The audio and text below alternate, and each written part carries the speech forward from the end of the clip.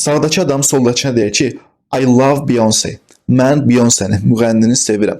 Soldakı da deyir ki, wherever floats your boat. Float üzmək deməkdir, suyun üstündə qalmaq deməkdir. Əgər biz bu cümləni sözbəsöz tərcümə eləsə olsaq, deyir ki, sənin gəmini suyun üstündə hər nə saxlayırsa.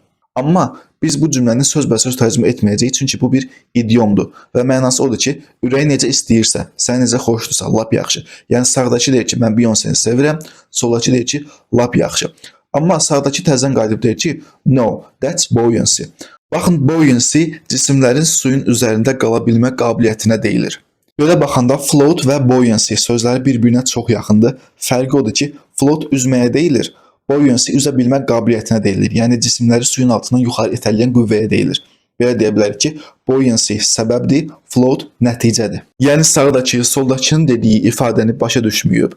Wherever floats your boat ifadəsini sözün həqiqi mənasını başa düşüb ki, buna deyirlər ki, sənin gəminin suyun üzərində nə saxlayır və Beyoncé adı buoyancy sözünə oxşur deyə deyir ki, yox, sən məni səhv anladın. Mən buoyancy demirəm, Beyoncé deyirəm. Əslində amma səhv anlayan özüdür.